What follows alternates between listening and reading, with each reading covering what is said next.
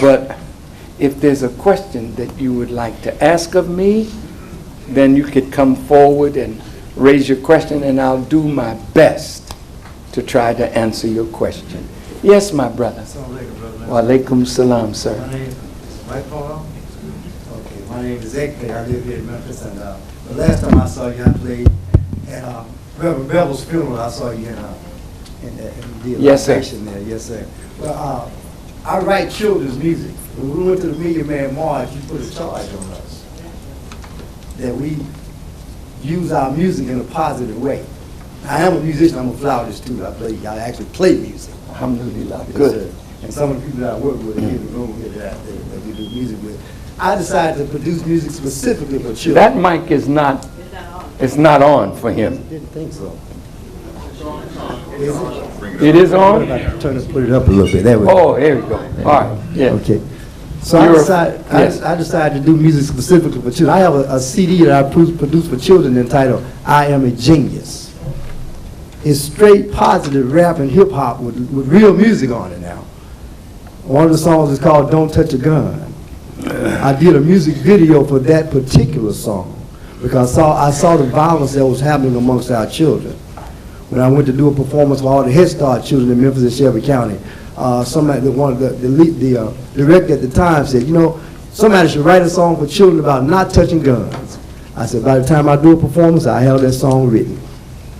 So I'd like to give you a copy of that CD. I'd like to come to Chicago and meet with you. If we have time here before you leave, meet with you, show you the music video. And we have to get this across the country. I go into schools across the country. I haven't gotten, I'll put it like this to be quite honest, but first I want to give props to Sister Henry Brooks. I want to give her props because she's one of the main ones here in the city who has helped to promote what I'm doing.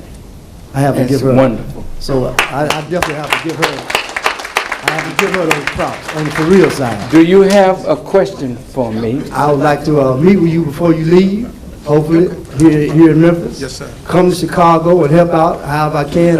My company is called Genius Unlimited. Let me respond to you like this. Yes, sir. This man's genius should not be like a light hidden under a bushel basket. What he's doing is not only needed in Memphis, it's needed in the country.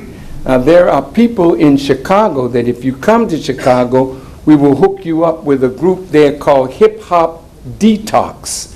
And they're going to be in the city. This kind of genius should be promoted by us. And I say, I say to those of us who are over schools, I know when you bring people into the schools, the superintendent and others want to give permission. But I respectfully say this is not a plantation. If you're on a plantation, then you need to know it. That you need to have permission to have somebody positive come to your children. So today, brother, I'll give you a number. My chief of protocol is there. He'll give you a number. You can get in touch with us in Chicago, and God willing, we hope to see you there. Thank you. Yes, brother. My name is Keelan Ellis. I'm from Memphis, Tennessee. One thing that I noticed in Memphis and a lot of urban cities, a lot of urban areas, is many churches on every corner, there's many liquor stores on every corner, but it's not many libraries on every corner. And I want to know, with the mass media being controlled, BET, etc., with so much control over the knowledge and the true knowledge of the history of our people, how do we, what are the steps to get the truth out without fear of being persecuted at a higher level? Thank you very, very much. Stay right there, brother. Let me first say, I think I heard the Honorable Elijah Muhammad say, at least, I hope I'm not misquoting, that it is said if you want to hide something from black people, just put it in a book.